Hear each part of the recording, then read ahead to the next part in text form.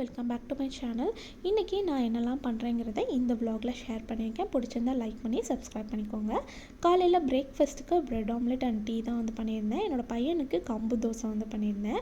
11 o'clock போல் டெய்லியும் ஒரு fruit கொடுப்பேன். இன்றைக்கி வாட்டர் மில்லன் வந்து கொடுத்துருந்தேன். அதுக்கப்புறம் லன்ச் ப்ரிப்பேர் பண்ணலான்னு சொல்லிவிட்டு அவனை தூங்க வைக்கிறதுக்கு முன்னாடி அரைக்கிறதெல்லாம் வந்து அரைச்சி வச்சுருவேன். ஏன்னா மிக்ஸி ஆன் பண்ணோன்னா அவன் எந்திரிச்சிருவான். ஸோ இன்றைக்கி மீன் குழம்பு பண்ணலான்னு சொல்லிட்டு பிளான் பண்ணியிருந்தேன். ஸோ அதுக்கு அரைக்கிறதுக்கு எல்லாமே அரைச்சி ரெடி பண்ணி வச்சுட்டு அவனை தூங்க வச்சுட்டு வந்து திரும்பி குக்கிங் வேலை ஸ்டார்ட் பண்ணேன். மீன் குழம்பு, அதுக்கப்புறம் ஒரு பக்கம் வந்து ரைஸ் வந்து பண்ணிகிட்டு இருந்தேன்.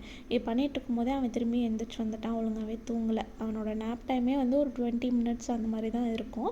ஸோ அதுக்குள்ளே நம்ம வந்து என்னெல்லாம் பண்ணணுமோ அதெல்லாம் வந்து அவசரமாக வந்து பண்ணிகிட்ருப்பேன். ரொம்ப பிஸியாக தான் போகும் அந்த டைமு.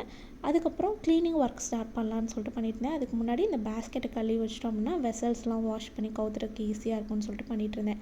இவ்வளோ கார்ட்போர்ட்ஸ் இருக்கே அப்படின்னு பார்க்காதீங்க. இது ஃபுல்லாமே வந்து நாங்கள் மிக்ஸி அதுக்கப்புறம் வந்து கிரைண்டர் இந்த மாதிரி ஐட்டம்ஸ்லாம் நாங்கள் ஊர்லேருந்து கொண்டு வரோம் அப்படின்னா அதே கார்ட்போர்ட்லேயே வச்சு தான் நாங்கள் திருப்பி எடுத்துகிட்டு போவோம் ஷிஃப்ட் ஆகிறோம் அப்படின்னா. அதனால் நான் ஸ்டோர் பண்ணி வச்சுருப்பேன். அதுக்கப்புறம் ஆஃப்டர்நூன் போல் வந்து குலாப் ஜாமுன் கேட்டாங்கன்னு சொல்லிட்டு பண்ணிகிட்டு இருந்தேன். டின்னருக்கு ரவா உப்புமா தான் வந்து பண்ணியிருந்தேன். மோஸ்ட்லி ரவா உப்புமா யாருக்குமே பிடிக்காது. பட் செய்கிற விதத்தில் கரெக்டாக செஞ்சு கொடுத்தோம் அப்படின்னா பிடிக்காதவங்க கூட சாப்பிடுவாங்க.